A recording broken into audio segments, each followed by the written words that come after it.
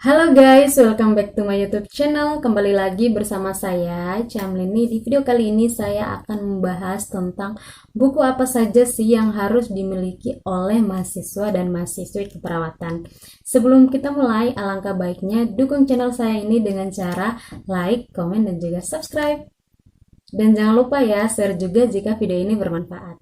Oke teman-teman, langsung saja kita membahas terkait buku apa saja sih yang harus dimiliki oleh mahasiswa keperawatan. Nah, di sini memang ada bermacam-macam buku yang harus kita miliki.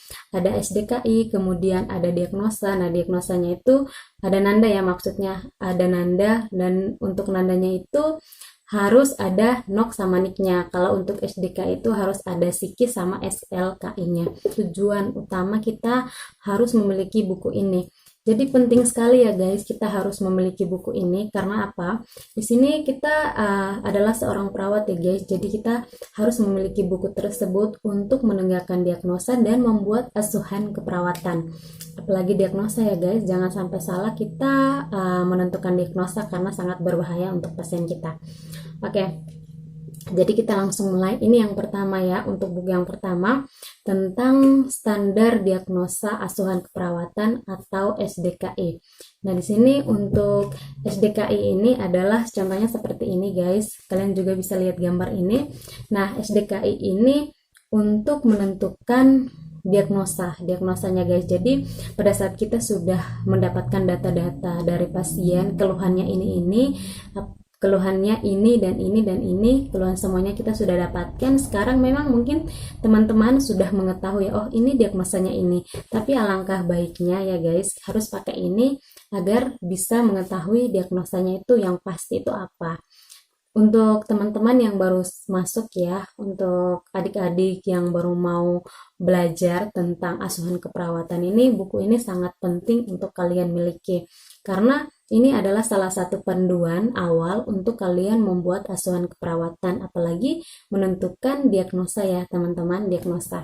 Kalian harus bisa memiliki buku, harus memiliki buku yang dinamakan dengan SDKI atau Standar Diagnosis Keperawatan Indonesia.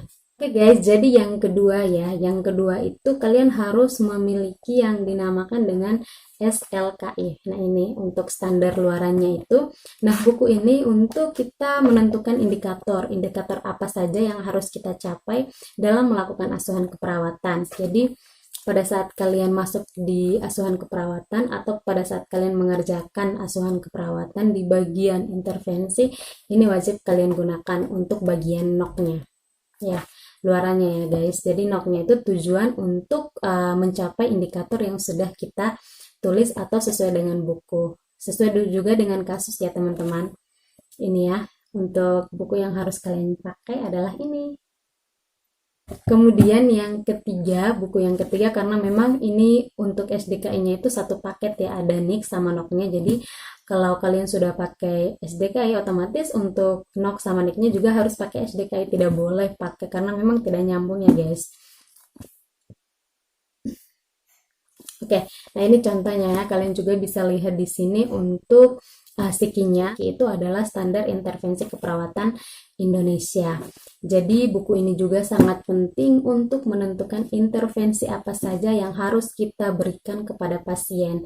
Diagnosanya juga harus sama, kemudian intervensinya juga harus sesuai dengan diagnosa. Jadi ini ya, contohnya seperti ini, kalian juga bisa lihat ini gambarnya. Ini gambarnya.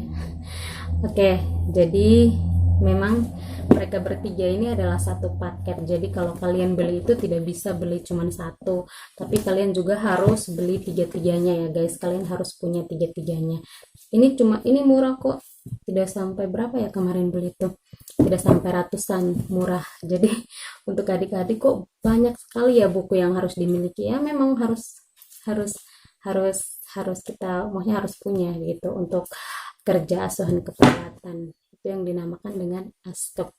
Langsung saja ya guys, ini saya juga ada buku untuk melakukan asuhan keperawatan. Yang ini ya guys, ini Nanda.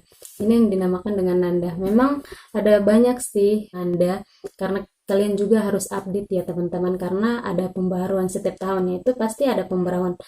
Bukan setiap tahun ya, maksudnya mungkin 2 tahun atau 3 tahun sekali itu pasti ada pembaharuan bukunya. Jadi ini yang 2018 sampai 2020, berarti 2021 ke depannya pasti ada perubahan. Jadi kalian juga harus update tentang bukunya ya guys. Oke, ini contohnya ya. Ini gambarnya. Ini gambarnya untuk menentukan diagnosa. Nah, ini Nanda. Jadi pada saat kalian sudah mengetahui sama ya seperti psiki, kalian sudah tahu data-datanya. Jadi kalian mau menentukan diagnosa, kalian bisa menggunakan ini. Nah, ini juga ada data minor, ada data mayor dan juga ada data minor. Untuk ini, untuk melihat diagnosanya juga sama, gampang sama SDKI. Tapi bedanya di bagian NOC sama NIC. Kemudian karena ini juga buku teman saya ya guys, teman saya memang saya kemarin tuh ada, tapi buku yang lama yang tahun berapa ya, 2015 atau tidak salah, itu memang sudah lama sekali. Oke teman-teman, jadi yang berikutnya ini adalah buku dari diagnosa ya, buku dari Nanda diagnosa. Ini seperti ini ya teman-teman, seperti ini untuk bukunya, seperti ini.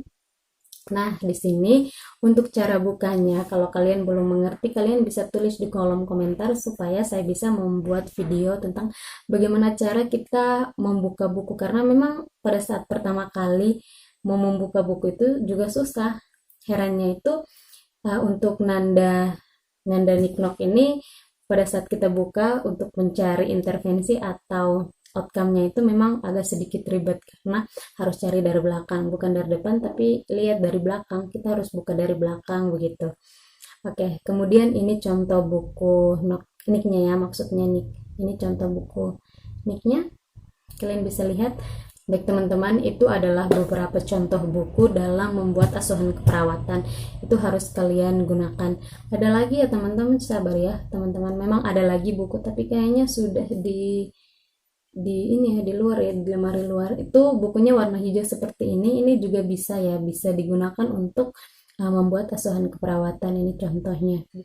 Oke teman-teman, mungkin itu saja yang dapat saya sampaikan. Semoga video ini bermanfaat ya, semoga video ini bermanfaat untuk kalian.